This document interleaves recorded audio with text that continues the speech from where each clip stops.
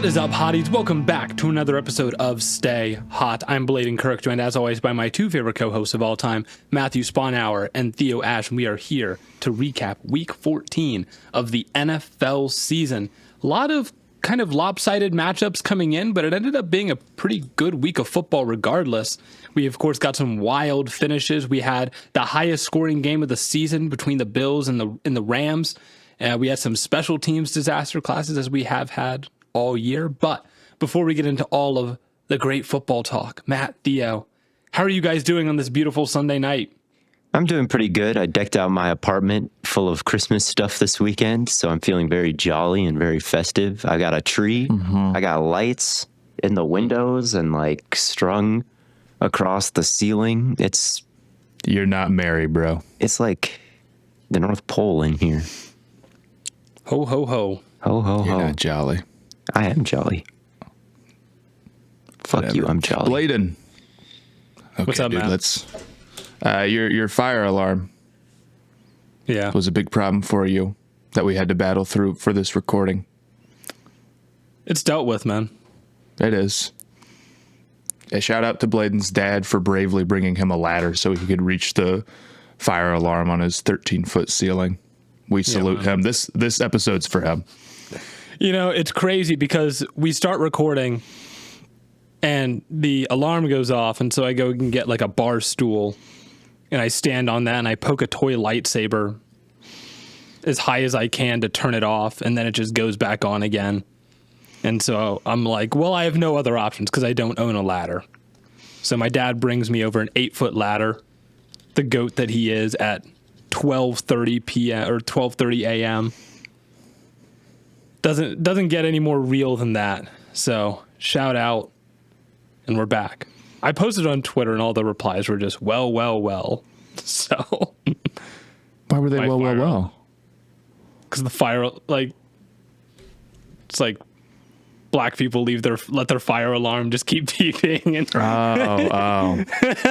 but it wasn't like it was just like beep every 10 minutes. Right, this is different. It was like going off. Yeah, it was like going off. And it's like, it's not like my house was burning down or there's smoke or anything. No, it's just like sometimes they just go off randomly when they need to be replaced. So What can you do? nothing. Call your dad, I guess. Nothing. This was Mahomes trying to not make. He was trying to silence us from our football talk. Manny the goat could have edited around each beep. Like I said, I just chuck through it. I told Manny, you know, those smoke detectors, they kind of operate in like a very small frequency range. If I just don't talk in that frequency range, you could EQ it out. The low voice Blaiden episode. Yeah, No, we won't get it. Do we want to get into some football to spite Mahomes, who tried to silence us, but also probably not start with the night game? Yeah, let's do it. I'll say this to start us off. It sucks when your team loses on Thursday, because then you wake up all excited for Sunday and then you're like, damn, we already lost this week. And there's no getting it back. You can't earn it back. You just have to sit there and stew with it. You have no chance to improve your record on Sunday. So I think we should start with the Thursday night game. Lions, Packers. Another very close L against an NFC contender for the Packers. I'm noticing a bit of a trend here. Against the Eagles, like they were in it, but they fell short. Against the Vikings, you know, they made a big comeback at the end. It ended up being kind of a close loss, but it was obviously a loss. And then the first Lions game, like I felt like we belonged, honestly. Like I didn't think it was quite as bad as the score suggested in all areas. Like they were good in the open field and they'd get to the red zone and just lose their mind. And then Jordan Love threw it a pick six. And I was thinking like, well, maybe if he's a bit healthier, the offense can really improve here and in the tighter window areas, and he'd be a bit more mobile and could throw a little bit, maybe less awkwardly on the move. I don't know.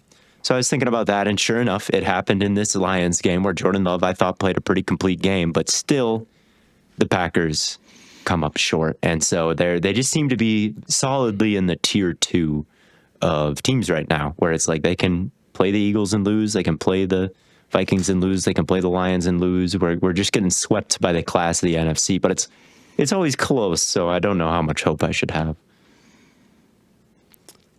Yeah, I just kind of think they're not you think about like Kansas City as sort of this team that always pulls it out in the end and can play clean when they need to and pull it together. I just don't think the Packers kind of have that magic necessarily, although we have called them a dark magic team before. I think when it comes to these big time matchups, the consistency isn't there for them, right? Like their big play stuff is still there. Like Love has his big moments. Like I still believe in him, but at the same time, he doesn't have a lot of experience and he plays like an inexperienced quarterback a lot. And I think that's a big part of what holds him back. On top of that, defensively, like we've talked about it before, the talent is there, but it has not come together to the level that it needs to. And their pass rush is a problem. Still, every single week, I'm waiting for this pass rush to show me something, and it just never, ever comes. They're probably the best team where I'm sitting here and I'm like, in their current form, there's no way they go on a run, right? Your pass rush can't be this bad, and you go on, you make the Super Bowl. And an NFC that is starting to look like, I don't know, there's a couple of really good, like the Eagles and the Lions are both really good. Right. Yeah, no, I agree. I'm pessimistic they've had a good stretch. I'm sorry, Blaiden.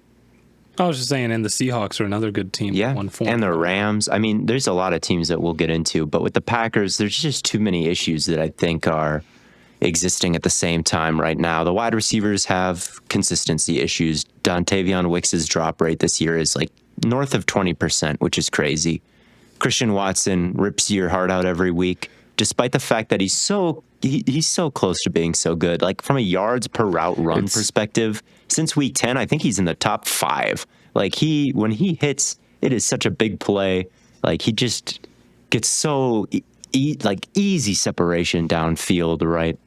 Some big time moments with the ball in his hands. Like the Bears game was fantastic, but man, like the fumble was really the difference in the game. Like if they didn't get that extra drive, the Packers could have won, but it happened. Just no one quite seems to be standing out in the way that I'd hoped. Like Packers fans like to say, oh, we have 4 wide receiver 1s. It's like, well, this year we have 4 wide receiver 3s, unfortunately. Yeah. Yeah. We also maybe need to adjust expectations on what a wide receiver 1 really is. I think they're deep. I don't know if they're quite that deep, but yeah, I think the Lions keep doing their thing, man. I mean, I feel like we've gotten into them and everybody knows their deal. I mean, when it comes down to it, I like their aggressiveness, and we'll get into that a little bit later about the game management aspect of it. I like Dan Campbell and how he plays things out. I think other coaches struggle with that. I saw you made the Tim Patrick video, Theo, and I agree strongly with that. I think that's one thing that's really improved for him this year. I mean, not that this is a hot take, but Jameson Williams and Tim Patrick being real factors for them when their biggest issue coming into the season was like, what is their depth going to look at receiver, at least on offense, has been big. That's been huge. That's worked out like best case scenario, basically. Mm-hmm. Yeah, that was one I made the video, and then people were like, well, Josh Reynolds was so reliable for us the entire year, and then that playoff game came around, and he got just a bad case of the drops, and it was unlucky more than anything. But it's not like he had that problem the whole year, is what Lions fans in the comments were saying. And that's true, but, I mean, Tim Patrick has a 0% drop rate this year, and historically over the course of his career has been, vice grip hands. So I am starting to get faith that they can go to him, and he just won't have that game in the playoffs, I'm hoping. Mm-hmm. And even in the regular season, it's not just the drop rate that stands out. Like, just overall, the success rate when targeted is really good with him.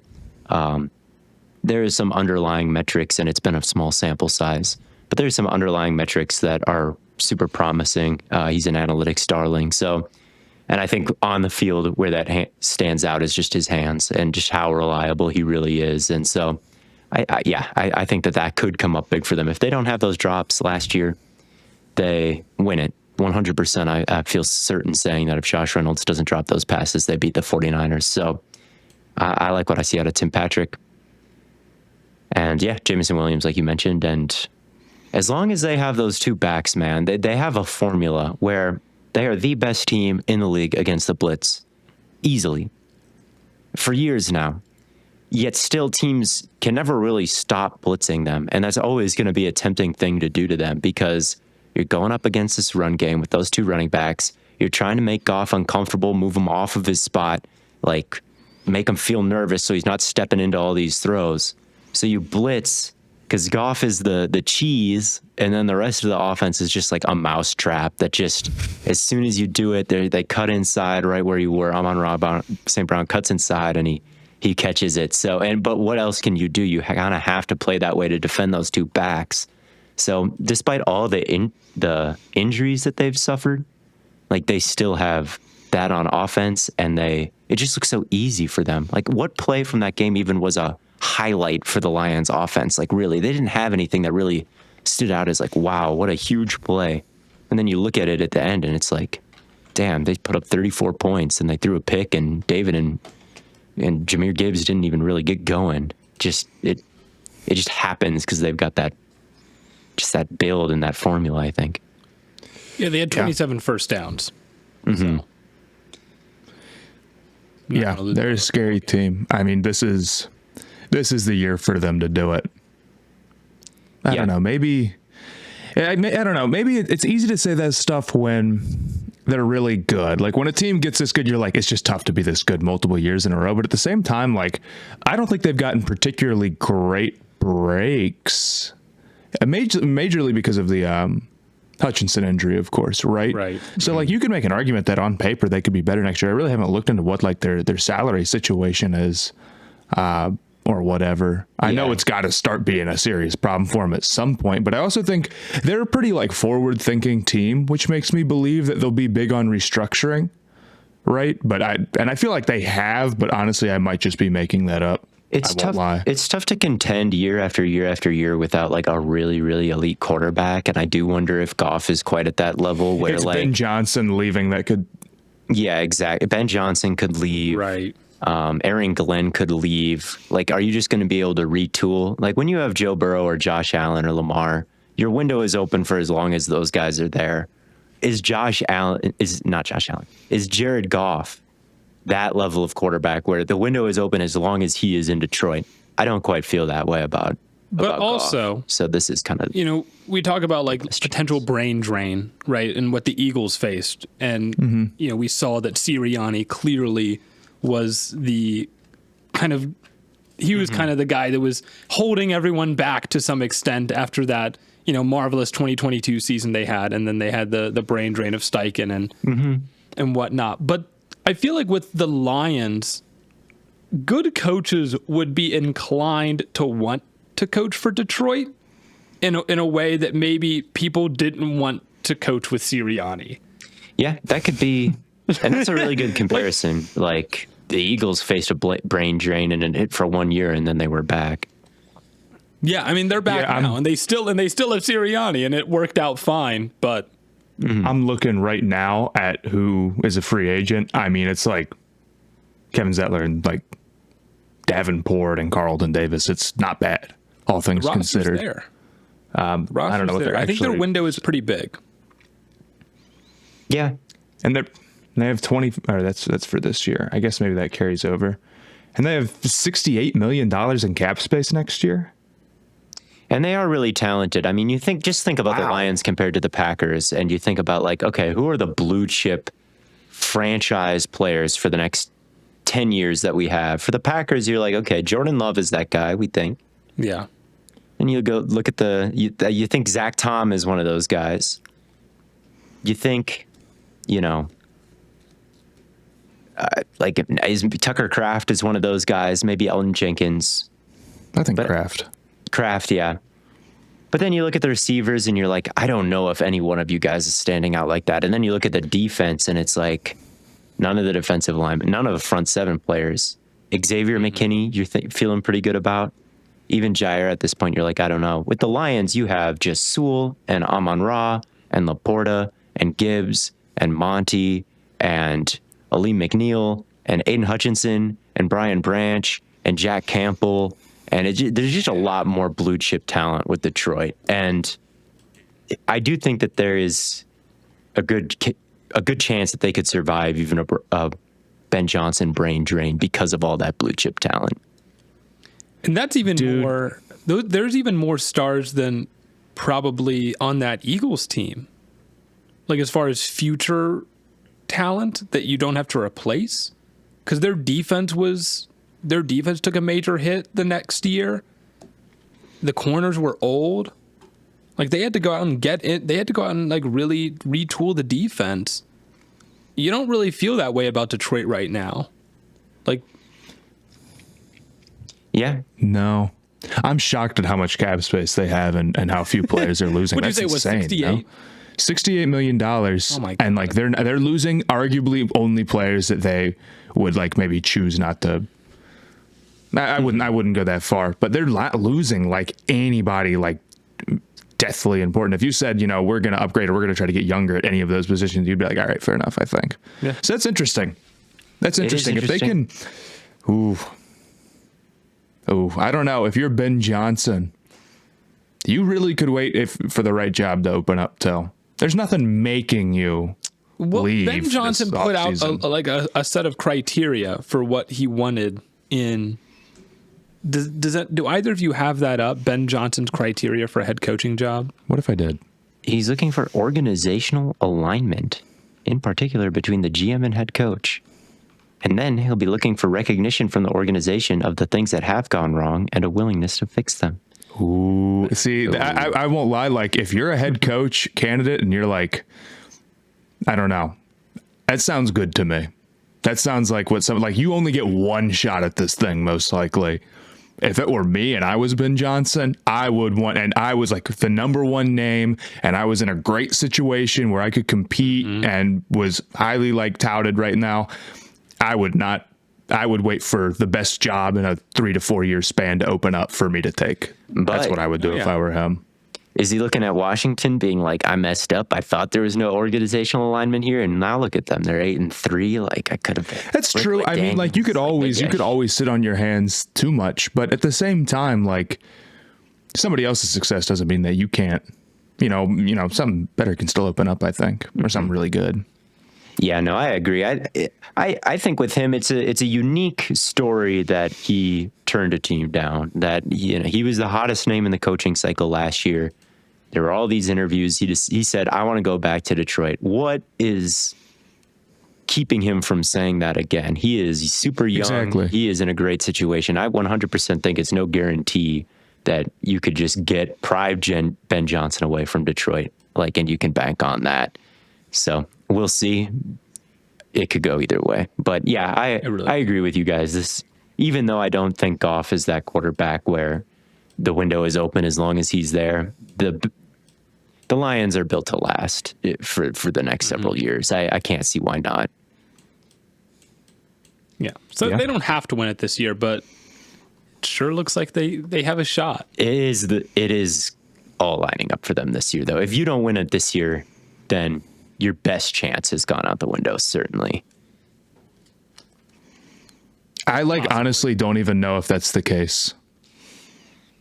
I think Hutchinson was gonna win, Depoy, man, or he was off to that type of start. Yeah, he was, and he's just out for nothing, and you're still awesome, and you have $70 million in cap space and no major problems to replace. I don't know. That's not. that sounds like you should be better next year. No, it does, but there will be there's a chance that there's not major brain drain. But I would probably say if I had to guess, look, you always take hey, we're 12-1 now, but they're in good shape. They're in good long-term shape. They are in good shape going forward. Anyway, yes, let's move on. Anyway, should we talk about a team that might not be in such good shape right now, but could be better shape going forward? I don't know. I was trying to make a transition to the Atlanta Falcons. Okay. We talked about last time how we're like, okay, we'll give Kirk Cousins another week. And if he's just absolutely terrible against the Minnesota Vikings, then it might be time to see their fresh rookie, or I guess their aging rookie, Michael Penix Jr. Is it time to see Michael Penix after 23 for 37, 344, 2 picks, and just an absolute rock in the pocket? What are you thinking, Theo? Cousins gave us a bit of a cloudy look this week because he did hit a bunch of big plays and he had a ton of yards, but he also had 0 touchdowns, 2 picks. I lean bench him still. To have another 2-pick performance and not put any points on the board yourself, it didn't do enough to convince me that this thing is on the right track, and it didn't convince me that it's not worth giving Penix a shot, especially when the defense is, I mean, I would say starting to look better, but we'll get into the defensive side of things. Yeah. Because they did allow a ton of points today. But the pass rush is 42. They did allow a ton of points. So maybe the defense is not starting to look better. But the pass rush is starting to look better. I just think, like, we talked about it last week. These picks are inexcusable that Cousins is throwing. They're really bad. They're really bad. And when he steps into these throws, the ball still has no velocity.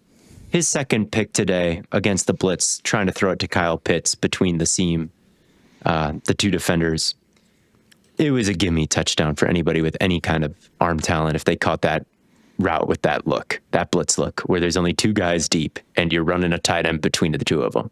Instead, it's just a balloon that Cousins throws that, like, Byron Murphy is able to catch, like, underhand with one hand.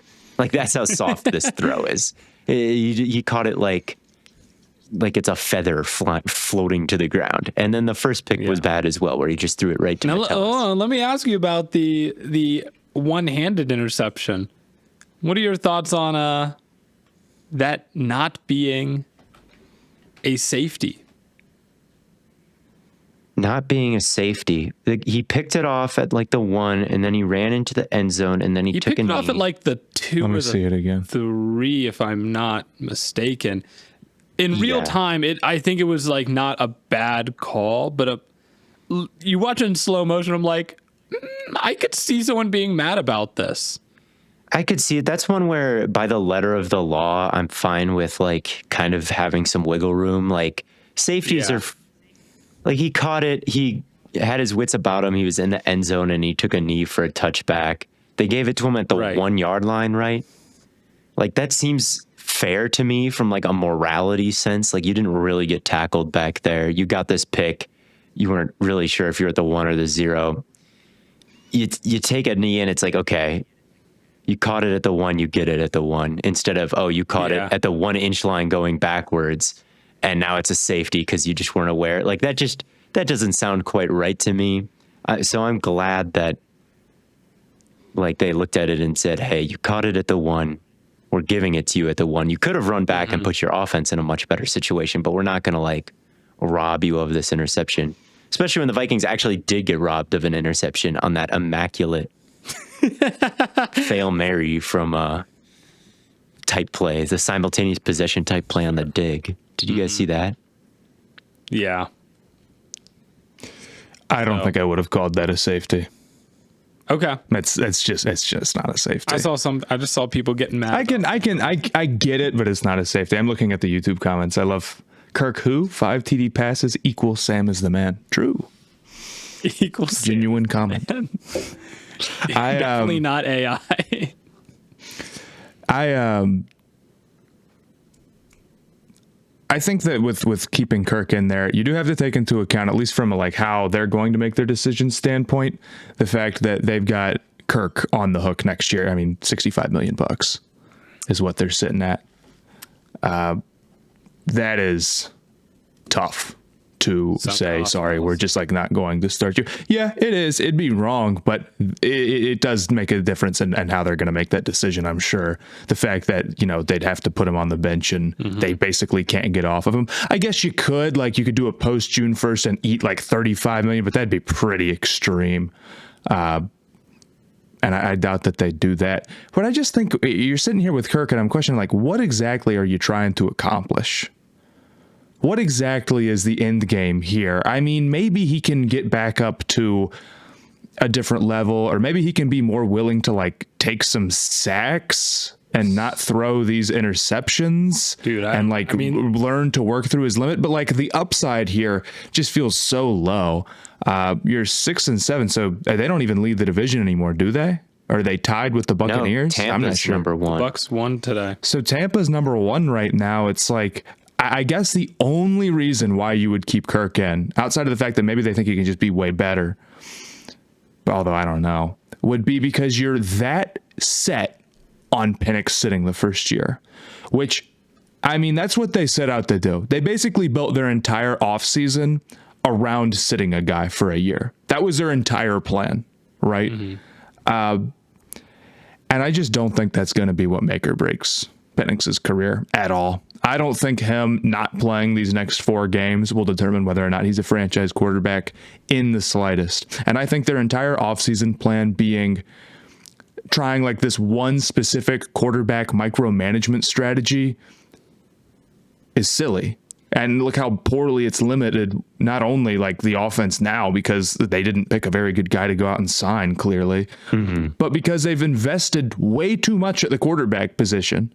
And even if they were getting good play out of Kirk Cousins, this team would still be staring down a very tough offseason because of how much they invested at quarterback. So we've said it a million times. I don't like their plan. I think Cousins can probably be better than his most recent stretch where he throws only interceptions and no touchdowns. You think he will but throw like a it's touchdown? never going to.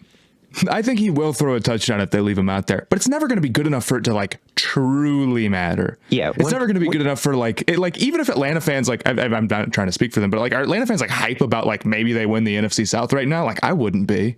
I'd be hype about seeing Penix and seeing how good he could be. That's what I'd want to see. Yeah, I mean, when Kirk Cousins was at the peak of his powers, how much playoff success did he have? 0. Like he won 1 game against the Saints. So not to boil it all down to that, but like, what is washed Kirk Cousins going to give you if peak Kirk Cousins, wasn't necessarily a playoff winner as far as we can tell? So, and I think the mentality with drafting Penix should be, hey, the quarterback position is the most important in the game. So we think it's important enough that we're getting 2 bites at the apple. It's so important that we're spending $100 million to get Kirk or whatever it was, and the 9th overall pick on Penix. Because if one doesn't work, we've got that other one, or, like at least one of them could look like a franchise guy. And if it comes 14 weeks into year 1 of Cousins, it comes 14 weeks into year 1 of Cousins, where it's like, hey, we had this insurance policy. Hey, we took 2 bites at the apple. Like, let's see what our second guy is at this point, because the first one is clearly not good enough to win us a Super Bowl. But we have 2 franchise guys. That's why we did 2. So I don't really see the issue with going with him now. Or like, how long would you wait? If it was halfway through next year and Kirk was still bad, would you be like, well, he still has 2 years left on his deal? Like, that's what we're arguing here, is like just a year or 2 years. Is it worth cutting bait? I don't know. Again, we talk about the comparison to Ben Roethlisberger. Right, that's kind of what it looks like. Is last season Ben Roethlisberger is like his final season in the league.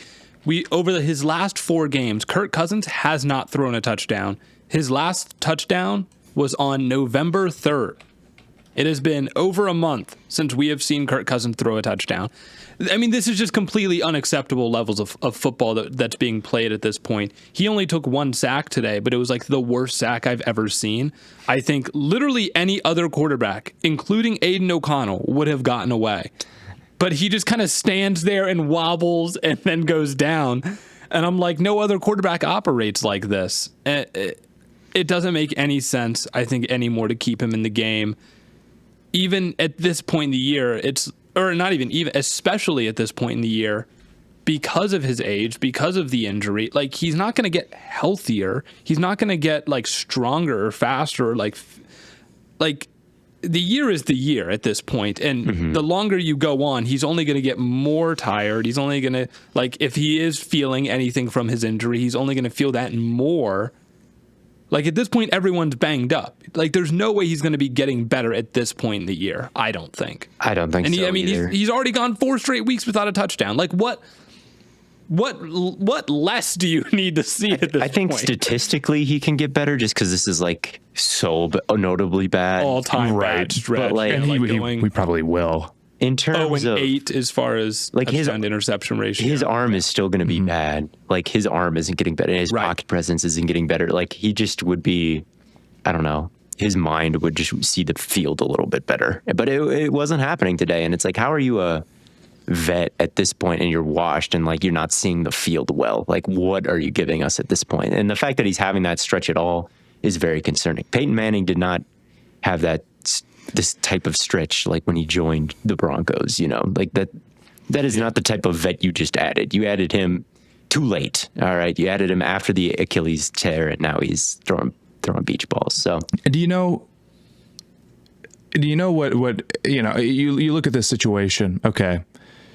The only way that we look back at this and we say Falcons kind of cooked is if Penix is good. And honestly, any scenario where Penix is bad, we'd say they screwed up. Like, truthfully, the entire process hangs still on just whether or not they hit on a franchise quarterback in the draft or not. Yeah.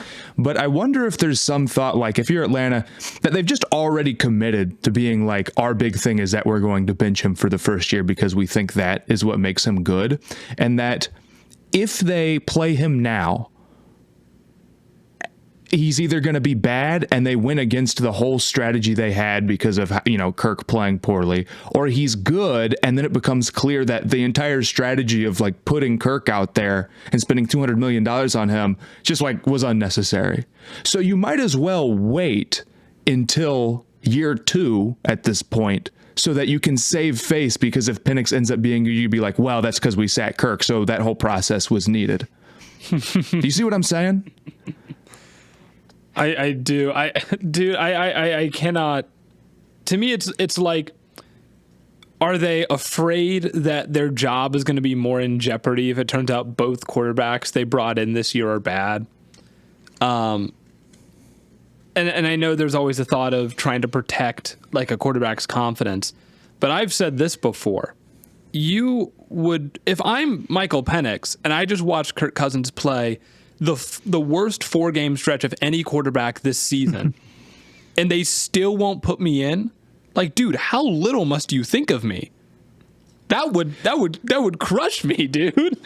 I think Penix he's kind of battled through some stuff though. I feel like he's probably more resilient than that. And he can also understand what we understand, which is that they spent a lot of money on Kirk and their whole game plan was to sit a quarterback no matter what, so it's not personal. But who knows? It might feel but it could feel personal. It could. I just like to see Penix at this point. That's mine. At the end of the day, just too many picks. Let's see the rookie. If he's good, none of it matters. If he's bad, like I said last episode, if he's bad, maybe you can go back to Kirk and just say Penix needs just a bit more time, and we can go back to him because then we've seen that work. Then you know what you need to work year. on in the offseason. If he's like at least then you know. But if you go into next year and you just like don't play him at all, it's like you know what you know in practice, but you've never seen him play in the game yet, so you don't really know what needs fixing. They didn't even see him play in preseason. They played him 1 week and they said we've seen enough, and they're benching him from now. It's like, what did you? Wouldn't you like a little bit more to evaluate on him on now to make this decision? I don't know. I really don't understand the way they've handled it. It doesn't feel like they have any good option. It just feels like the most common sense solution to me is quarterback playing bad. We have a backup that could be good. Let's see what the backup has. Like, seriously, if you think too much beyond that, I think it's like if you're not like, let's say non-Michael Penix, non-Kirk Cousins player on the team, how frustrated would you be if they're just like, yeah, we're just going to keep benching? Like, at some point, do you think you're losing the locker room a little bit? I think so. I'd be frustrated. My take on these type of situations, and I think there's reason to believe that this time around is different, but a lot of the times when a quarterback is not playing, when a guy is the backup, it's not for no reason. So like, I don't want to say I'm concerned over that, I guess, but you see what I'm like, concerned about that. I mean, it does get to the point where like, it could get to but this is what everybody told me when Trey Lance wasn't playing. Trey Lance did not play because Trey Lance was bad. That's why he didn't get in the games. Mm-hmm. Last year, Ohio State, Kyle McCord out there not looking great. Why isn't Devin Brown playing? He's bad. It's probably about 70% of the time. That's why.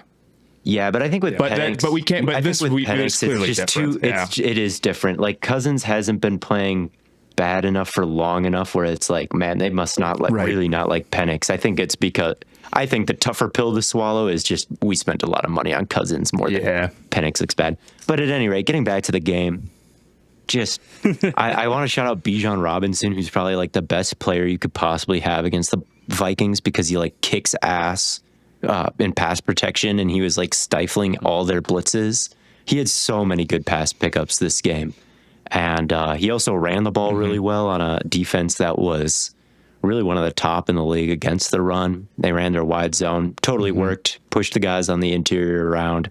Bijan was running well, finding the holes, running through tackles. It was overall like not even that bad of a. That's the other thing. It's like the Falcons' offensive performance could be good if their quarterback was like not throwing the most boneheaded picks of all time. Man, like you're telling the wide receiving core is so much better than I thought it would be, and the Bijan's having not maybe the type of season everybody thought like he could have. Like, oh my God, he's going to run away with Offensive Player of the Year. He's not having like that season, but he's damn good, especially in the pass game, and he's so complete. So a rookie walking into that situation would have a beautiful circumstance, it feels like, around him. So that would make me feel good about going to Penix as well. And I think there was still a lot to like about the offensive execution of the Falcons today. So I don't think it's over for them, especially because they have that Penix bullet in the chamber. So there is a wild card. However, the defense, oh my God. It was 133 yards for Addison today. It was 132 for Jefferson. Yep.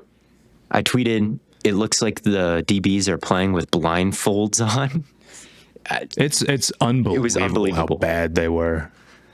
And Darnold had a good day, and he's aggressive, and he's, the receivers are going to win. He's going to make the throws. I mean, this is the whole thing. I feel like he's not the necessarily like most mistake-free guy. He has composure issues from time to time or decision-making issues from time to time. But he's matured to the point where in games like these where, I mean, and I guess anybody could get it done, but in games like these where, he's got dudes out on the perimeter who are just winning consistently, he's willing to be aggressive and throw it down the field and make big throws. And obviously Jefferson and Addison are ridiculous. And when you've got corners turning like away from the ball for no reason, I mean, it's one thing to get beat bad and have your guy like get 10 yards of separation. That's bad. But it's another thing to like turn your shoulders and start running the other way from the ball entirely. You know what I mean? Yeah. That wasn't He's great. going to be on low light reels forever. Yeah, it's already a classic low light play, unfortunately. And it wasn't even all his fault because Bates should have been there too. But at the same time, like, what was he looking at to speed turn the wrong way? D. Alford, we're talking about on the long Justin Jefferson touchdown. Weird. And they have washed players on defense as well as I think. I don't think Justin Simmons is what he used to be. You see the touchdown to Addison that happened early. Darnold steps into pressure, throws it to Addison, who's running this deep corner versus cover 3. So if he led Addison, it could have been picked because he's running a corner into a deep thirds player who has leverage. So it wasn't even really open the direction that Addison was running it. But the ball hung in the air since he kind of stepped into pressure, and it kind of came straight up and down, and Addison just stopped. And I feel like that's got to be on the middle of the field safety, which is Justin Simmons.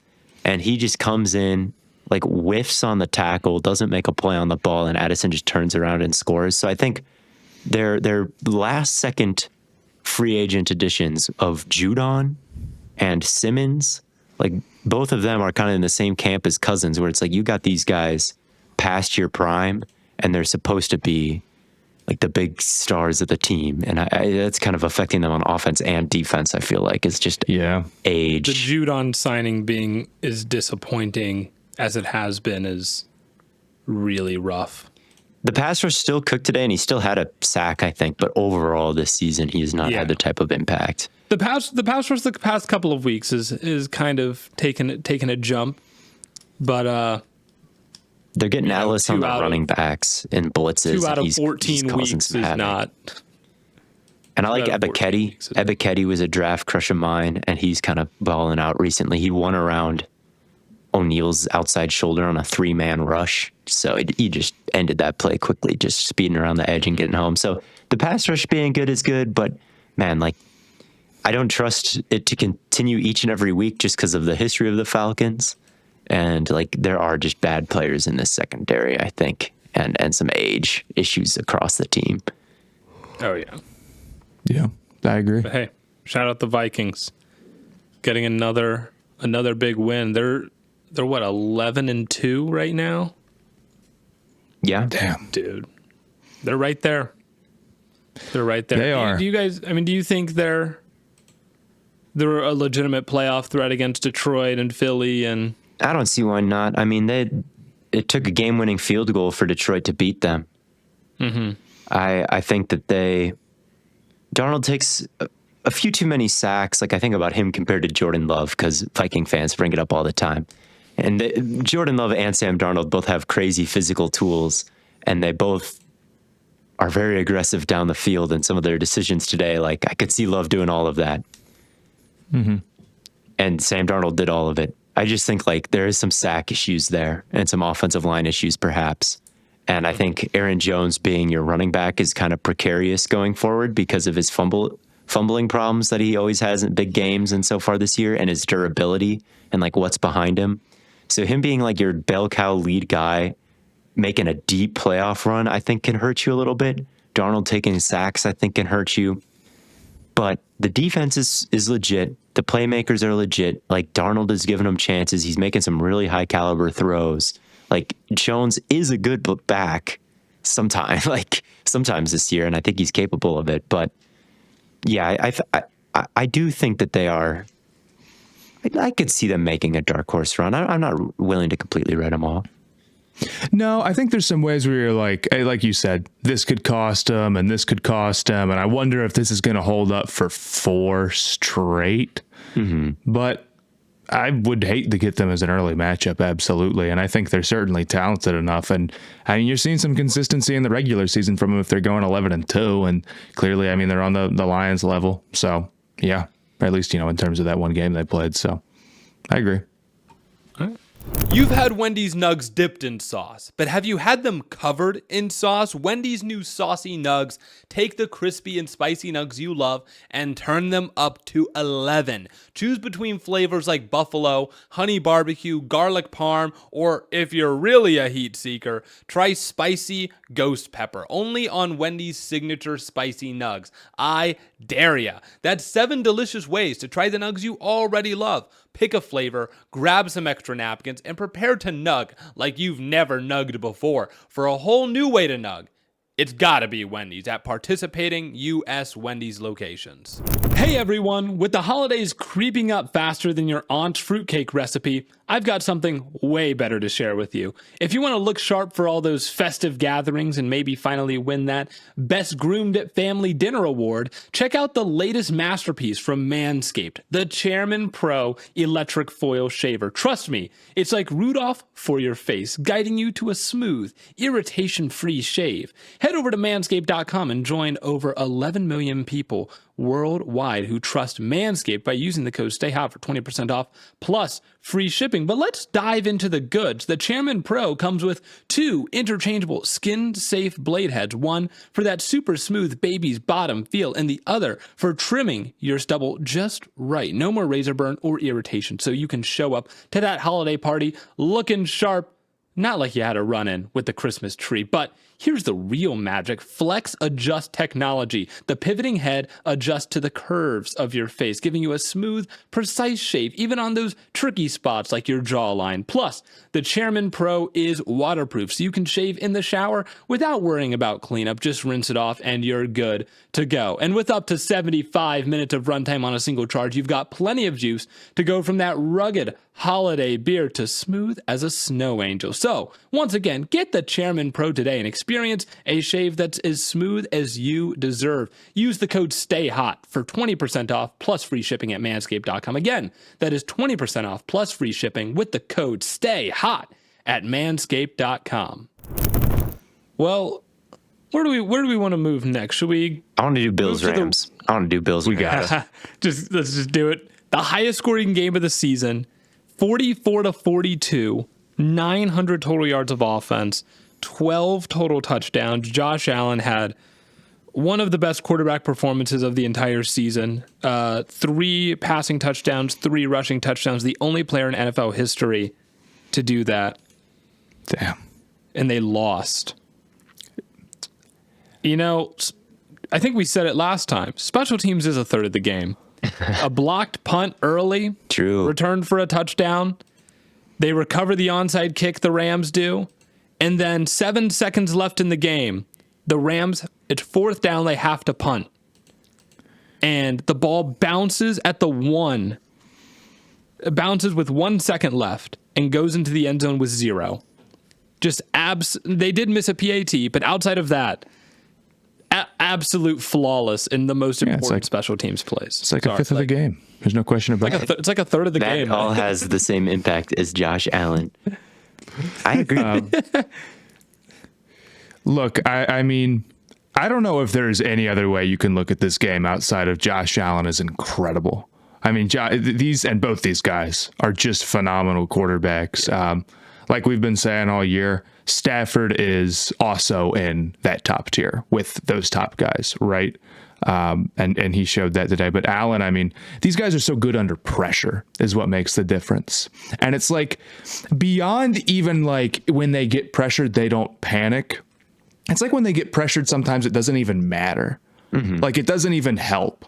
Like all it means is that they're going to be able to, Allen will just calmly step through the pocket or whatever. And he's such a threat to run and he keeps his eyes downfield. It's like you blitz him, you're just making it easier for him to make throws down the field because it's just not going to affect somebody of his stature and his composure at all with, his playmaking ability. I think that's the difference. But then obviously, of course, like you have to worry about him as a massive run threat and he has an amazing arm and his, he can create at any time. So it was a mix Haley of things. Steinfeld and he's We cannot allow Josh Allen to get a ring is what I mean to say. Under no circumstances can we allow his life to be literally perfect.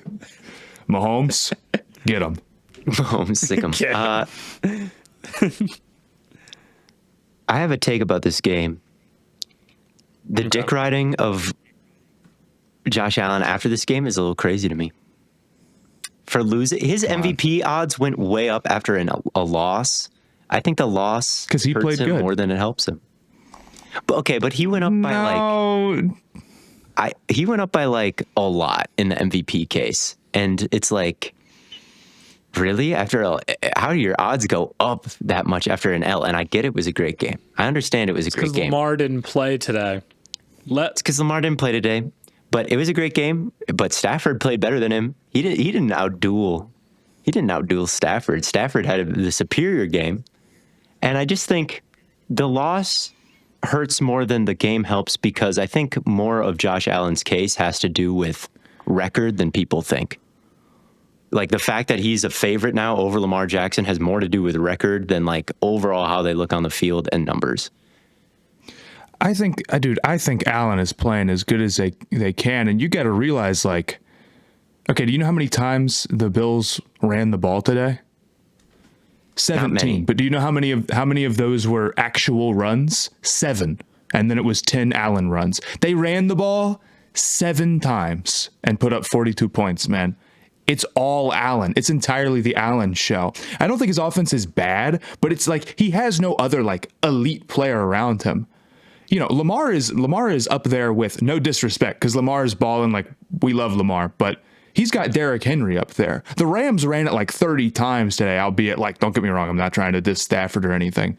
But what the Bills go out there and do is it's all Allen all of the time, and they put up 42 points. People just aren't going to blame him for the defense being bad. People aren't going to blame him, but I also think that if the record becomes similar for the Ravens and the Bills, focus will go to the stats more than the wins. And Lamar at the moment, I feel like people have forgotten he still has every statistical advantage on Josh Allen. And I think that people of memory hold some bad Josh Allen performances this season. What if I told you that there was a game this year where he was 16 I'd preemptively plug my ears. Do you remember the game where Josh Allen was 16 of 29 for 180 yards, 0 touchdowns, and took 3 sacks? Or the game where he was 22 of 37 for 280 yards, 0 touchdowns, 2 interceptions, 2 sacks? Or when he was 9 for 30 for 131 yards, 1 touchdown, 1 sack? Now, I'm not denying his MVP viability and how valuable he is to the Bills, because he clearly is in that discussion year in and year out. But for him to grow his lead over Lamar Jackson when he has had just as many bad performances, when statistically Lamar Jackson has the edge and the Ravens offense has been superior to the Bills offense, Josh Allen needs to win this thing because they're the 1 seed and the Ravens are the 6 seed or something like that. If the Ravens end up winning the division or the records become close and people really comb over the stats, I think the stats still lean Lamar Jackson. So that's where I'm at with this. I see where you're coming from, Theo. I mean, a lot of people will even say, if the Bengals were better, Joe Burrow would be considered the MVP. So I don't think you're totally off base there. I just think people have gotten it in their heads that Lamar didn't deserve last year's, and even though he did, if it's close, it's going to Allen. That is, I think, the overwhelming building drumbeat of if we can give it to Allen, if we can't give it to Allen, we're giving it to Allen. And I think this game with this stat line did a lot to kind of improve the momentum there, because it was a great game from him. Definitely not lying, an insane game from him, definitely. But I also think in the first 3 quarters, he was a little bit inaccurate, and I think the 4th quarter he really turned it on, or the third. And there's so many big plays that he creates, and he's so aggressive every week that even when he misses on some opportunities, he still just makes up for it over the course of the game, which is why which is why I can think, oh man, he missed some throws, or there's some he'd like to have back, and then you look, and it's this historic of a performance. So, but at any rate, I just think people are really rushing to give it to him, and I think Lamar's case is kind of just as good, because I saw some of the plays that Shakir made today, and I saw the pass protection that he has, which is pretty fantastic. He is very good under pressure, but the Bills allowed hardly any pressure today, and I think that's true. Amari Cooper is a dog, and just in general, I just think it's still very close between the two of them. And it's not Josh running away with it. And the voters simply understand he's due, and there's really not much you can say to change that, unfortunately. Do you want to hear? I don't disagree with what you're saying, though. It's a good point. You want to know something that I was looking at today? Both the last 2 years, Lamar Jackson has better numbers in wins, but Josh Allen has way better numbers in losses for the Bills and the Ravens. And that's true the last 2 years. In wins, Lamar was a little bit more efficient than Allen, but in losses, Allen was way more efficient than Lamar. Do you think there's a reason for that, or do you think it's kind of just by chance? That's kind of what I was wondering today, was and how should it affect the MVP race, where it's because losses would be a pretty small. You're starting to get into a probably 8-game sample size. Totally, there. Especially with the Ravens last year that only lost 3 all year. But Lamar he doesn't have put the superhero cape on and lose games. It's when the Ravens lose, it's Lamar kind of had a stinker. It just doesn't feel like he has these games that Josh had today, where it's he just goes crazy and they still lose. It's oh, Lamar kind of stunk, and they lost. If anything, I think that helps Lamar's MVP case. If the only time the Ravens lose is when Lamar plays bad, I totally disagree. I think it's the exact opposite way. You could make a case either way. Because when the Bills win, if it's kind of a mid-Allen game but they win, nobody cares the Bills won. And when they lose, nobody can blame Allen if he plays like this. So it's green check mark all of the time. Whereas with Lamar, it's when you win, Not saying he doesn't get, like, obviously he deserves a lot of credit, but when he lose and it's kind of on you, that's not good. That's a red X. But but Lamar is like the highest win percentage of any quarterback in the NFL.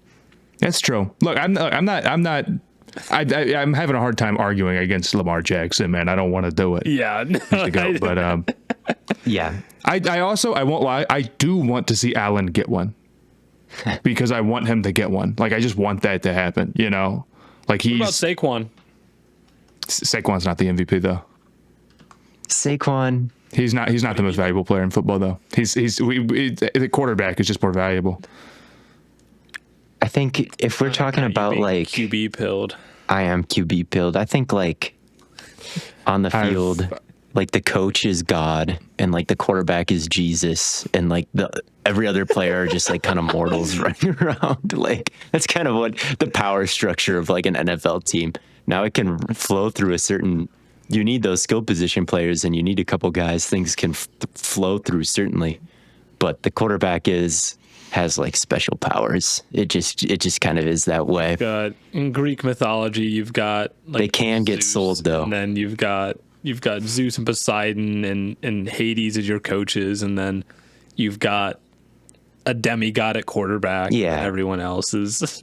Yeah, they just got special powers, man. They just have the ability to make things happen in such a way that they just touch the And ball. Jalen Hurts and Saquon Barkley doesn't have superpowers. He does, but I would rather have Lamar than Saquon. What if we saw Saquon on the Giants last year? All right, he did not move the needle as much as Josh Allen on the Giants would with Brian Dable. Like it just is the way that it is.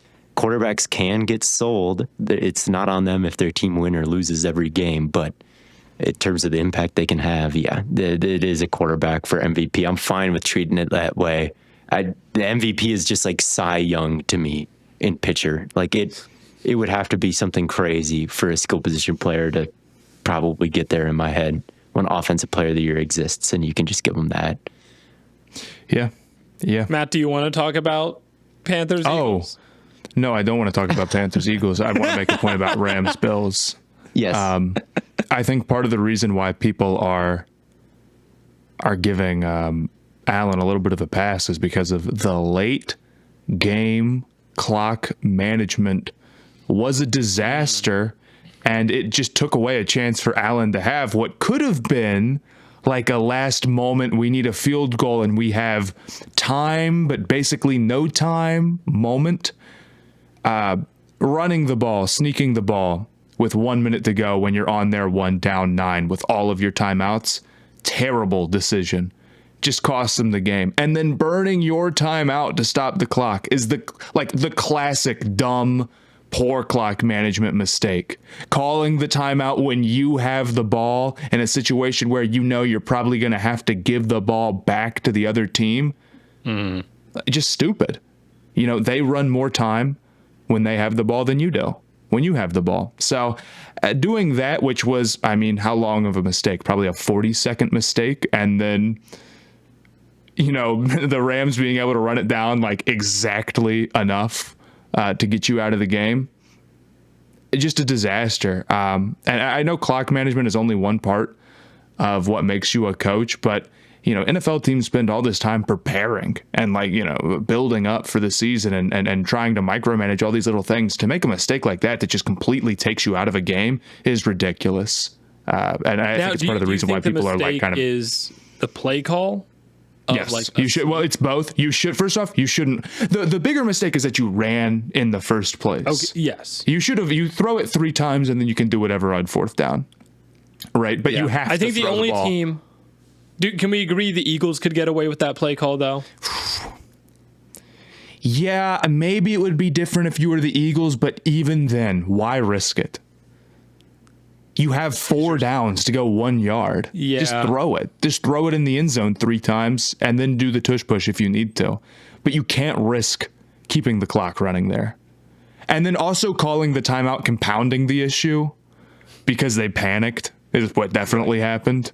I don't know. I guess this is one of those things where it's got to be tougher when you're actually the coach and you're actually making those decisions. Yeah, it has to be. Of McDermott course. is not the greatest He's a game manager of all time. Like And it's the only thing as a coach you can really control on Sundays. Like, I mean, you could give a motivational speech, like you can, as some head coaches call the plays, but like McDermott doesn't.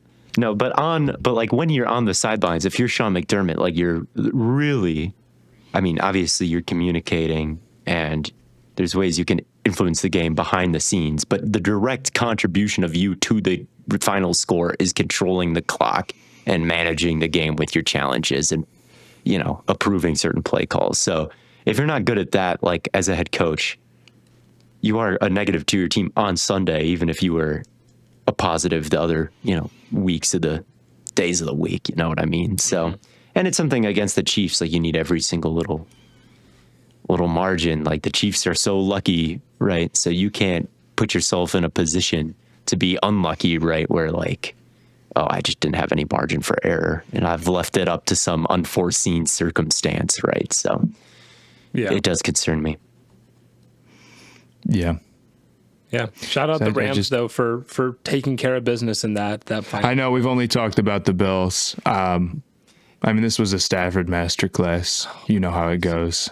I think Puka had catch of the year in this game. Yeah. You know the one I'm talking about? I think so. The one, the toe the shot on the left side. Yeah. Yeah. That was wild. That to catch that with one hand like he did, he palmed it and stopped the ball with that backhand and then pulled it to his front hand while jumping and then like dead legged both of his legs and just barely tapped the toes. Like that was such a insane display of body control on the sideline, like under such tight coverage. This was just a masterclass in catching technique from both sides of the ball. Like Khalil Shakir had that catch on the hole shot with the safety incoming. That was wild. He had one where he was like diving into a linebacker to catch it. Amari Cooper had some insane catches. Cooper Kupp had the one where he like pinned it to his leg. Puka had multiple like high pointing it. You know, this is how you catch a ball in a tight window, ladies and gentlemen. Like the quarterbacks balled out, but maybe the wide receivers did even more. Like they were just making play after play in tight windows. That'd be awesome to be that good at catching the ball, man. Yeah. It is. Puka's that good at everything too. Like, oh my God. I'm glad Matt picked up on that. You do have good hands though, honestly. Every time we throw the ball around, I'm like, damn, I'm not like that at all. I got terrible hands. I also have bad hands. And you, there is a reason you were playing wide receiver, but I don't know if you could come up like Puka I'm not as good as Puka Nacua. No, I'm not. Well, hold on. What archetype of receiver would you say you were? I mean, in flag football right now, I operate mostly as like a jump ball deep threat. Okay. He's Calvin. But I don't know if I would have operated like that in high school. So how would you have operated in high school? Probably more as like a route runner, because that's what I spent most of my time working on. But I don't know. I don't know. I watched a lot of. You have to be like a kind of a crazy athlete, you know, like kind of a crazy. I watched a lot of like. Well, I watched a lot of like Keenan Allen tape, and I would watch a lot of like Odell Beckham release tape, just to like see how these guys came off the ball and you know what they did at the top of their routes, and so like those were the guys that I was watching just like for their route running savvy and like Keenan to me was like the guy for route running. So this was a different time. Don't make a Keenan Allen joke. Don't. You watched that video of him with a GoPro on, like talking about breaking press coverage. I just watched that the other day. Yeah, man. I Keenan was my guy for a while, but yeah, now I'm mostly just kind of a jump ball deep threat, and like when I've been playing a lot of DB recently, and anytime we face a receiver with any like sort of big body, deep threat, jump ball guy that mosses everyone. Like you'll watch this guy in the game like a week before and he'll be like, oh yeah, he caught 3 touchdowns where he just like mossed the guy across from him. And so I end up always having to guard that guy. just because I'm the only one. Damn, you're like if Travis Hunter was Calvin Johnson on the other end. That's what I'm getting. That's from what this they're saying, man. That's what they're saying.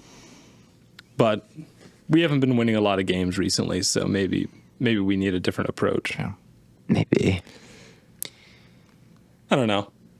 We were talking about Stafford and Puka Nacua and Cooper Kupp and how great those guys are. We keep talking about how Stafford. We come back to like the Stafford top 5 quarterback agenda, and every time I think I'll say this, man. Yeah. The Rams, they are dangerous in the playoffs because of Stafford and because they have just receivers who know how to execute and a good head coach. And I just feel like if they're in the NFC, I just think they could will themselves to a couple playoff wins. Like they are just a tough out. The Lions had problems with them week 1, and they brought them to OT. Anyone. I just think that, when Belichick and Brady, like, they got some Super Bowl wins that they just shouldn't have gotten at the end there, it felt like. Like, they weren't the best team. Like, the Chiefs were this hot new team, and the Patriots maybe didn't have their best season like they did in 07, or their offense was ranked, not the craziest. And they still kind of won Super Bowls that they shouldn't. Like the one against the Falcons, I think, and the one against maybe the Rams at the end, specifically the one against the Rams. I feel like Stafford's kind of has some of that same moxie where it's like he just has crazy chemistry with all of his receivers, and just that he got like free will that other quarterbacks don't quite have, with the eye manipulation and the ability to call everything at the line. Like, I just think that he might be able to go to toe-to-toe with someone like Goff and get a win. I don't know. Or even Hurts or the Eagles or anybody. Like, I just think that these guys can the Bills are favorites, and you saw what he did to them. So I just think that he can, even though the offense has not been crazy this year, I think they can get hot at the right time, because they've got superstars that I really trust in big games. Like, I know that I trust them. And that's, I guess, what it comes down to more than anything. It's like I 100% have faith in There are two Puka. paths to they still have to get to the playoffs. They currently sit as the 8th seed because Seattle also got a win today. Yeah, true. So their two paths would obviously be finding a way to beat Seattle out for the division, which they do play Seattle the final game of the season. The Rams' final 4 games is 49ers, Jets, Cardinals, Seahawks. They could win all of those. Like, the way they're playing, I wouldn't put it past them. They got off to a slow start when they had all those injuries. Yep. And it could keep them out. And their defense is not great. They have their flaws, certainly. But I'm saying, like, I just would not want to play Stafford. I just would not want to play Stafford and Kupp and Nacua. Their biggest problem is that Kupp and Nacua are injury prone, really. Like, over the past few seasons, it's that more than anything like Stafford has done wrong, or those two have fallen off at all. Yeah, you could also have Washington. Yeah, beat out Washington, who is currently 8-5, and that might be an easier path if you win all of your games and then Washington drops 1. Do they get in over Washington? I would think maybe, but I don't think they played this year. No, they haven't. For sure. So maybe you do. I mean, maybe you just got to win all your games and then see what happens from there. Control what you can control. But I mean, I think they're able to compete with anyone, like you said. Their top end guys are as good as anyone in the league. But do you want to talk about the Seahawks game also? While we're on the topic of the NFC West, Seahawks Cardinals. Yeah, we can talk about it a bit. Seahawks are in the driver's seat for the division now. The winner of this one would have been the statistical favorite to win it, so it was a pretty huge game. And the Seahawks were in pretty good control of this the entire way. This was pretty decisive. Yeah, I didn't catch a lot of this one, but not a great game from Kyler Murray. I'll say that. Like, as much as as much credit as I want to give Seattle, and I know everyone's going to comment, Seahawks gimmick from Stay Hot again. They're first. It's a good gimmick. They're first. Like, I don't know. Like, what do you want from us? Kyler Murray did not play well. The first interception to Ernest Jones. I mean, no disguise, no baiting, nothing. I mean, he just dropped straight back into his zone, and Kyler threw it right to him. The second one to I think it was Kobe Bryant. He was just kind of feeling the pressure a little bit, and it looked like he just kind of let that shit fly when, like, he forced a throw into coverage that he really didn't need to. And then not only did he force the throw, but it was like not a good throw, so Kobe was able to undercut it. And that was a bad interception. Like, both of those interceptions were really, really rough, and that just put them out of it so quickly because Seattle was able to capitalize on those mistakes. But Gino was on. JSN, good performance from him. Charbonnet, like yeah, the Seahawks seem to be clicking in kind of all of the main facets. All of their stars seem to be performing pretty well right now. Like, that's another team where I feel like is dangerous in the playoffs. They can kind of match up with anyone.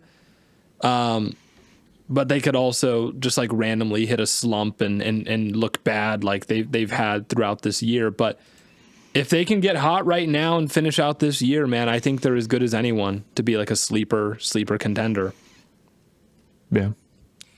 Yeah, certainly the defensive performance has been a revelation. So many players who either weren't on the team or were just not playing that well at the beginning of the season are now showing out. Tariq Woolen had a really bad stretch of games, but he's starting to stack really good performances now, and today was a great one.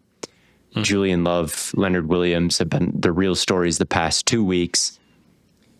Today, I don't think they had quite as insane of games, but like Ernest Jones stood out with his pick, and he was just such a fantastic trade for them. Woolen, like I mentioned, Derek Hall had a good game. Like, you're starting to see that depth of their front seven show out over and over again, and they've just got a lot of different guys who can get pressure and win one-on-one situations. And then Gino is sweet. I mean, the guy, same thing with Stafford. I hold them in very similar regards. Like, I think that everything people like about Stroud is also kind of exists in Geno Smith, like the accuracy, the aggressiveness down the field, the fact that he is looking to make plays from the pocket but can scramble when he needs to. Like, I think those two are kind of similar caliber to me, like similar figures to me. Geno is actually balling out behind a bad offensive line, though, this year, so you could argue that he's actually more seasoned at this point. But yeah, it's Charbonnet balled out today, 22 rushes, 134 yards. Jackson Smith and Jigba has mastered the head fake and is getting open on everybody. I like it a lot. I think that they got a bunch of blue chips as well at this point, and I'm glad that Mike McDonald has started to lock in and Ryan Grubb, because this was too good of a roster on paper to have a losing record like they did earlier. So I'm very happy with their results, and I'm able to see the vision that I had preseason start to pan out. Yeah, man. They look like a good team. I am seeing this now, though. Okay. I think the Rams' best path is to try and get in through the division. Because they play the Rams. Seattle and the Rams. Play the Seahawks. Yeah. They have to play the last game of the season.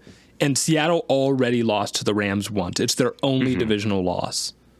So, like, another loss, even if, like, and the records are, like, the same, like, yeah, that would be it. Yeah, and Seattle has to go up against Green Bay and the Vikings here in their next two games. That's not two gimmies. And even if they didn't, LA controls their own path off the basis of they could beat Seattle, force a loss for them, and then win the division with the tiebreaker. So, if you're LA, you feel like you have a pretty clear path to making it through the division. Yep. Yeah, and if you're Arizona, it definitely feels like the door kind of slammed shut today. You're now 6-7. When you lost 2 to Seattle now, when you had a chance to be in the driver's seat. San Francisco had a fantastic performance today, just surged on the Bears. The Rams looked great. We debated how the NFC West could shake out. I tried to be bullish on the Cardinals, but it just looks like they're starting to fall a little bit flat here at the end of the year, which is too bad. And something that we see with Kyler Murray kind of a lot. So we'll have to keep an eye on that. Cliff Kingsbury, not your fault. Could it be? Yeah, I don't know what was up with his picks the last 2 weeks have just been like, they've been bad. Like against the Vikings, it seems like he was trying to throw both of them or one of them away and just didn't get it to the sideline. And then the other was tight coverage that was kind of underthrown as well. And then today, like just bad turnovers. Yeah. The one to Ernest Jones, especially. I'm like, dude, what did you see? Yeah, he saw Ernest Jones bail one direction and he thought he could sneak it in like backside. Maybe. And then Ernest Jones is just like, oh, I can go the other way too. He threw it right. He just threw it right to him. I don't like. It's just like the easiest Jones interception. Opened up the other way though. Like he opened up to the right, and then he opened up to Kyler's left, and then Kyler's like, oh, I'll throw right. But then in the time that Kyler like looked to his right, Ernest Jones was like, oh, I'll just change direction. And yeah, it was just like that's what happened, I think.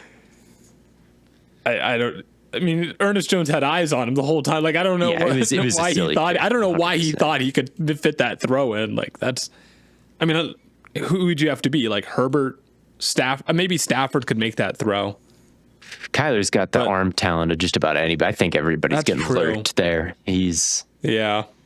But bad. Stafford would like look you off and then like sidearm it. True. That's the difference is that Matthew Stafford would sell it front side a little bit more to get that linebacker to chase it, maybe.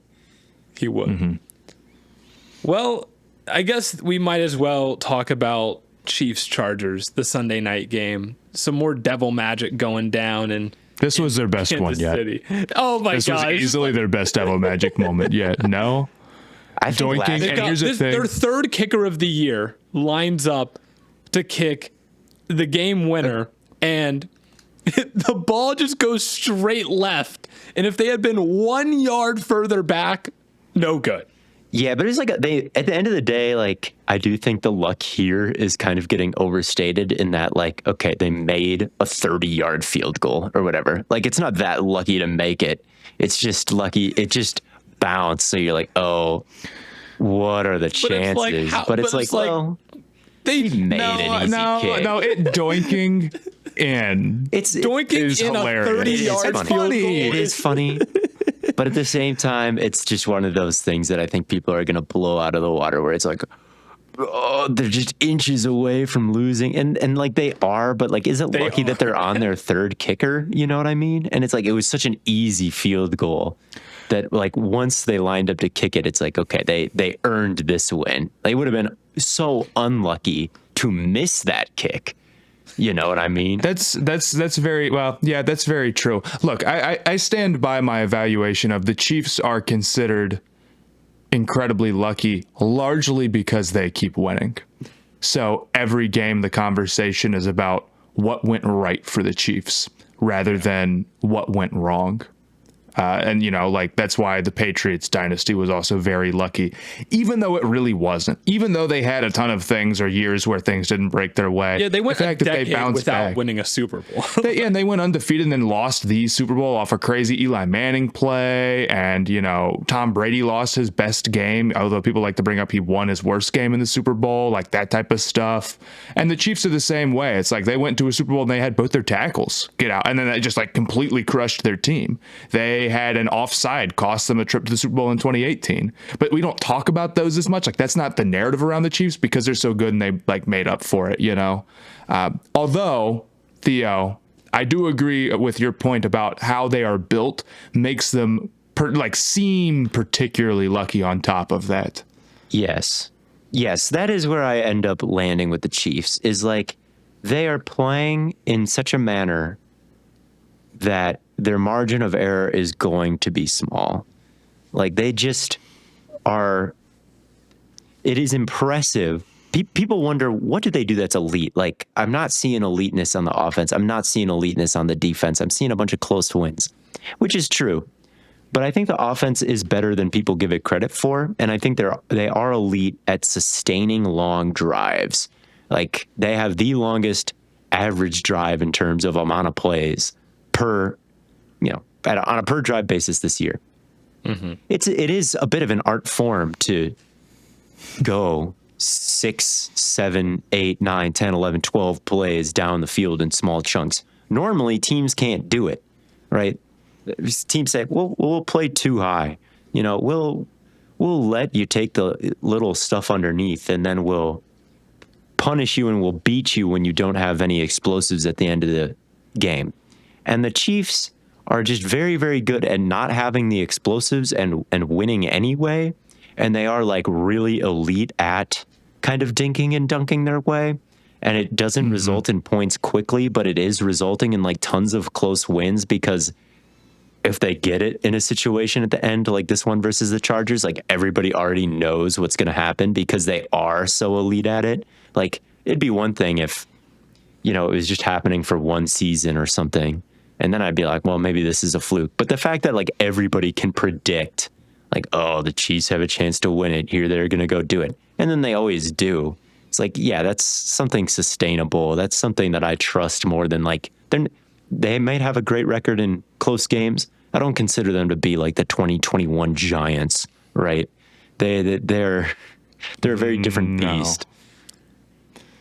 No, I don't consider them to be the 2021 Giants because of the Super Bowls. But exactly. There are a couple of things like that I think also compound on that. Like, there is something particularly infuriating about the Mahomes scramble.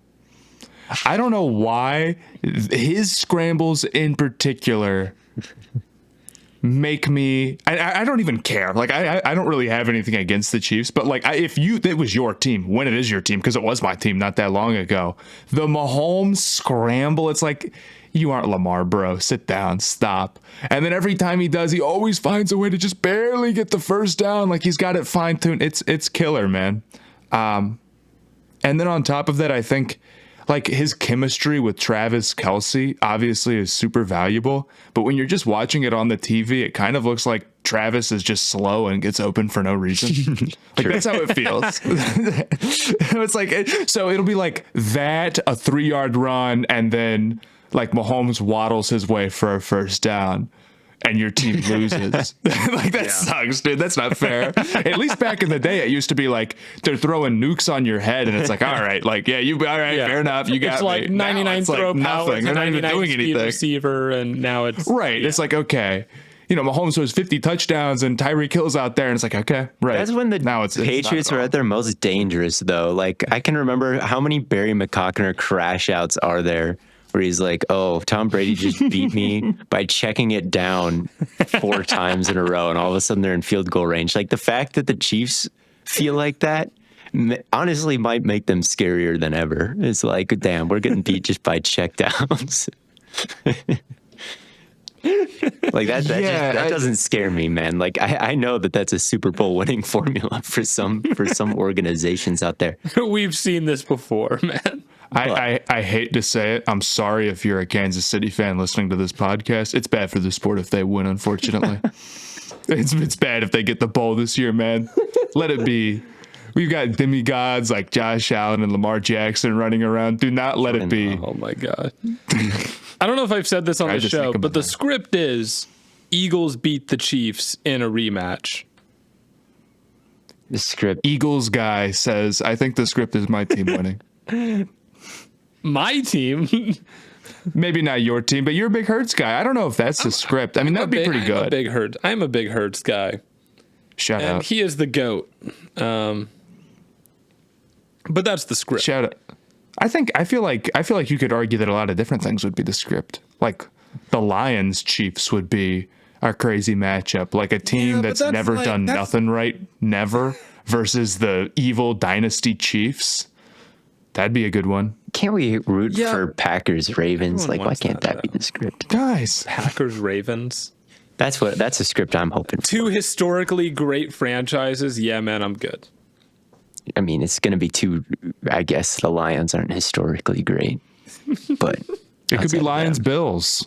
That honestly probably is what I'm cheering for. That would be a tense one. I do actually strongly believe Super Bowls are better when like the team that is in there has not gotten one recently. It's one thing if they got one in the 80s. It is better when it is like two teams that like this is their chance. This is it. That's why it's really not that interesting for the Chiefs to make it, unfortunately. But them being the big bag wolf at the same time is an interesting narrative. So that's cool, I guess. If they three-peat, it's fine. If they four-peat, then the sport is in the trash. That's I can live with that. The three-peat, I guess that's true. It's like at least there's still something left. Like they're going for the three-peat. At the four-peat, you're gonna have to hear all these people like, you need to respect the greatness. While Mahomes has anyone underhand tosses it to Kelsey or whatever. No, nobody's ever three-peated. No. Did the Steelers not? No, the Steelers never did. They repeated twice in a short span. Okay. Which I don't know why I thought they did three. It's pretty good, but they did not. Because they won a lot. There is a team that the Chiefs remind me of, which is the Dolphins, and I explained this, Blaiden, in the 72 episode Dolphins? you weren't here. Yeah, and there was a 2-year stretch where the Dolphins won the Super Bowl 2 straight years. Mm-hmm. Third year, they had like a crazy running back duo, and they just played like this ball control type football, and they had a crazy record again. And then in the first round of the playoffs, or the second round maybe, they played the Raiders, and it was dubbed Super Bowl 8.5 because everybody knew that the team that won that game was like the best team in the league. And the Raiders had the best record of any team that didn't win anything the years before. And they had John Madden and such. And then they played in the playoffs, and the Raiders won.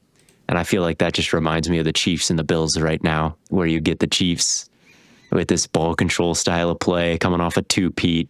They could play the Bills in the second round.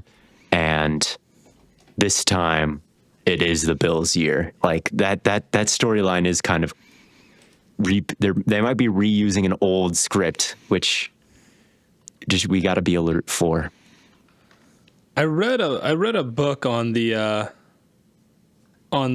perfect Dolphins season. I can't remember if it was I think it was Bob Greasy was like whose perspective it was from. Which I remember that book being really interesting, but I haven't read that in years. It was probably high school that I did. But yeah, that team has always been a lot of fun to kind of research and look into because they were so sick. Before we wrap this up, Blaiden, I've got a question that me and Matt were betting on before you joined us because you were fighting your fire alarm. I'm trying to figure out how to phrase this. How about this? Do you know who signed the largest contract in professional sports history tonight? Juan Soto, because yes. The only reason I know this is because I made a video for FanDuel talking about Bills Rams, and the kind of producer TikTok guy Zach told me we're gonna have to delay putting this video out because of the Juan Soto news. Mm-hmm. And I was like, okay, what happened? So at that point, I went and looked. So at that point, I went on Twitter and I searched Juan Soto. And I was like, oh, yeah, that makes sense. I see why we're posting about him instead of Josh Allen right now. So you passed our test because last time you didn't know who Ohtani was when he signed his big deal. So I know who Shohei Ohtani is now, so that's good. I know who. That's what the Dodgers can do for you. That's what being on the Dodgers and Yankees can do for you. And I knew of you. I knew who Juan Soto was before that news dropped. What? Because yeah, I know, crazy, right? No, it's when I was at the Browns Bengals game with Gab, and she was talking about the MLB playoffs. And so that's how I knew about Juan Soto. I see. So I was familiar already, but I didn't know he was going to sign this crazy of a deal until it happened. 15-year deal. I didn't look at the details. What are the details of the deal? $765 million for 15. Oh my gosh! Yeah, 15 years. Fully guaranteed because baseball. Let me hold a mill. Actually, I don't know. Let me hold a mill. Well, That's what I'm saying. It has escalators that can reach above 800 million. So the 765 is the guaranteed part. It's potentially 800 if he does some things right. Let me hold 1M. Do they have those, or is it just? I don't know what the elevators are. Just Jeff Passan said that there are some. How do you write a check for 765 million? Guess what? It's still $20 million a year less than Ohtani's deal. Because his was 10 million or 10 years, 700 million, right? Yeah. So this is substantially less value from a per year's perspective than Ohtani, which is. What if he hits all wild. of the incentive, or all of the elevators? Does that make it higher? I'm sure it Probably does, not. but I don't think it would You get said him it- to Shohei, because Shohei probably has elevators too. But Yeah. This is it's not good for baseball that this is how the contracts work, right? I feel like in any industry, if you get to the point where like your top earners are like making like $1 billion, it probably means that the middle class of baseball or the lower class of baseball is getting squeezed or inhibited in some way. It's not good. It's not good for the teams is the problem. It just isn't. It doesn't make for a good balanced league that there's no salary cap and you can give guys $1 billion. And some teams are the New York Yankees, and then other teams are the Cincinnati Reds. Mm-hmm. Like I've liked cheering for baseball. I've been kind of tapped into the Reds, like not crazily so, but I've been like interested in them, and I go to games and whatnot. But it does like definitely temper my excitement that like my team is just like broke, and they're not just like broke. It's like in the sense that like I guess the Bengals are kind of broke too. They're broke in the sense that like they have to win with like a fifth as much money as the Yankees. I have no idea what the actual number is. I'm sure it's not quite that.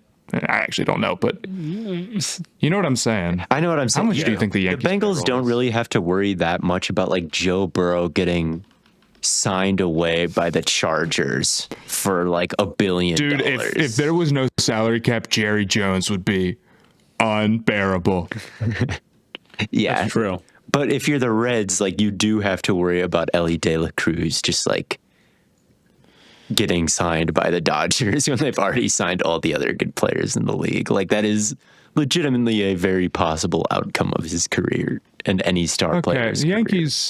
Yankees are at 180 million right now. I'm sure the Reds are, I think, like half that. I guess that's not as bad as I thought it was, but still, like, that sucks. Well, I mean, if you look at the Reds owner is worth about $400 million, his net worth. The Yankees are owned by Yankee Global Enterprises, which is valued at $6.8 billion. Or how about this? The current payroll allocations for the New York Yankees is $193 million. The current payroll allocations for the Reds is 59.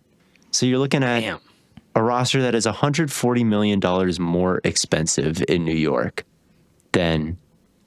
That's a lot. That is a lot of money. That's an insane amount. That's like a good chunk of the entire NFL salary cap. And then the Dodgers, they're at 226 million. So that's like four times. Yeah, like four times what the Reds are spending.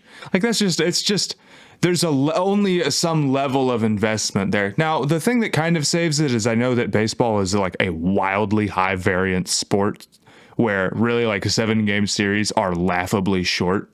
So you can like make something happen, and it's easier to go on a run as an underdog in baseball. But I don't know.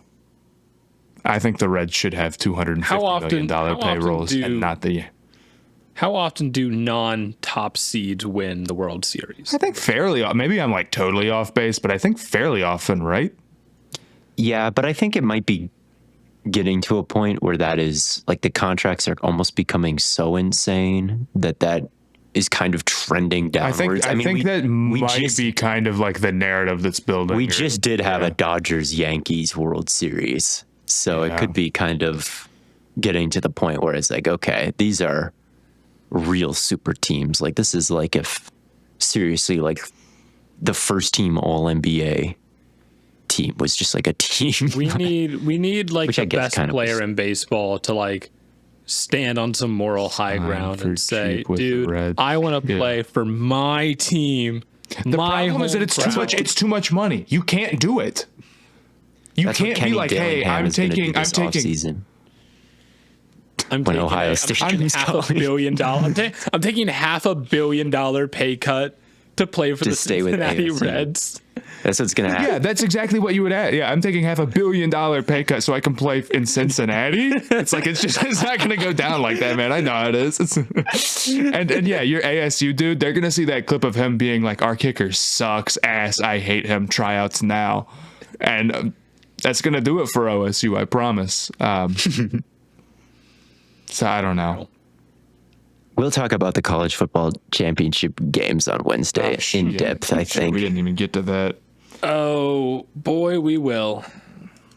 But Matt will even get think more that was time all. to refine his college football playoff. I'm working on it manifesto. now, dude. I spent my entire day mad about it, truthfully.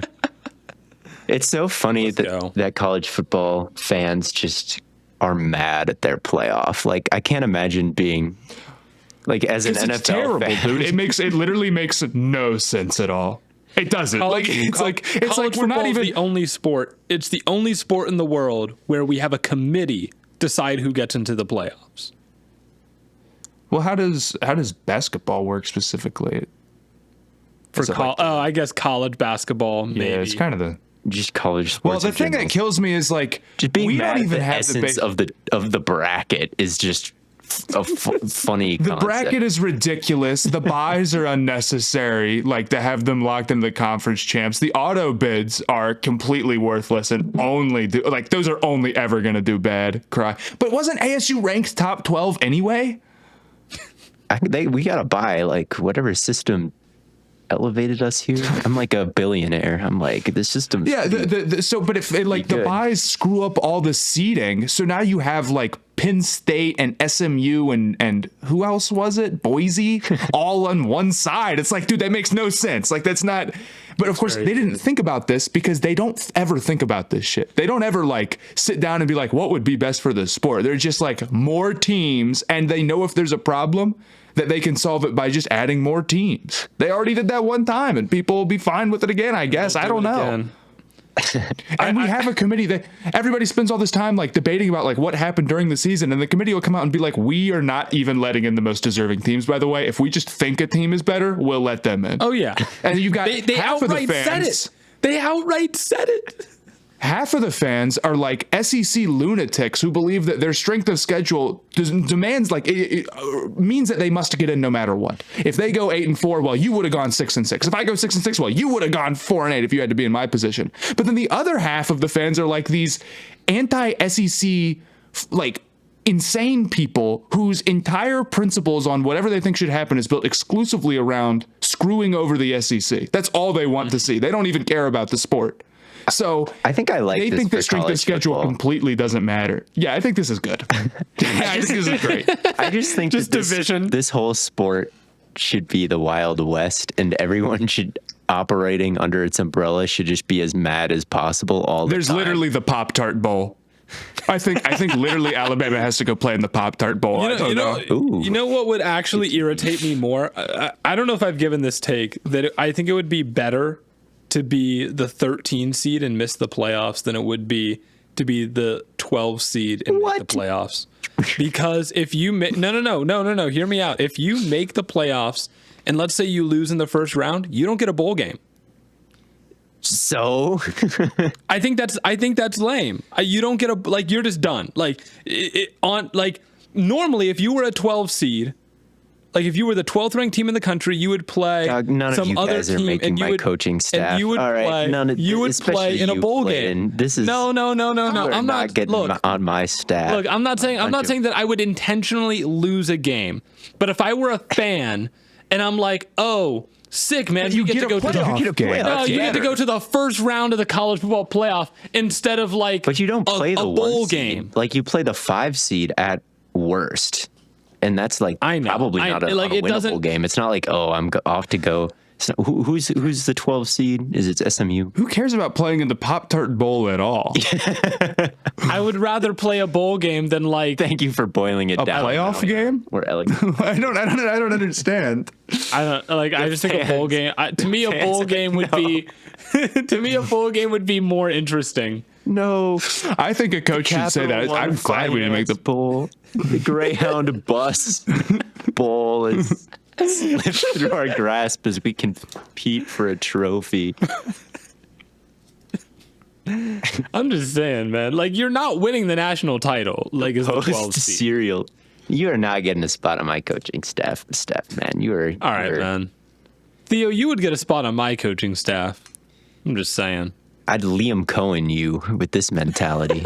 I'm taking your job as the OC because I believe that my team can go to the playoffs and win a game.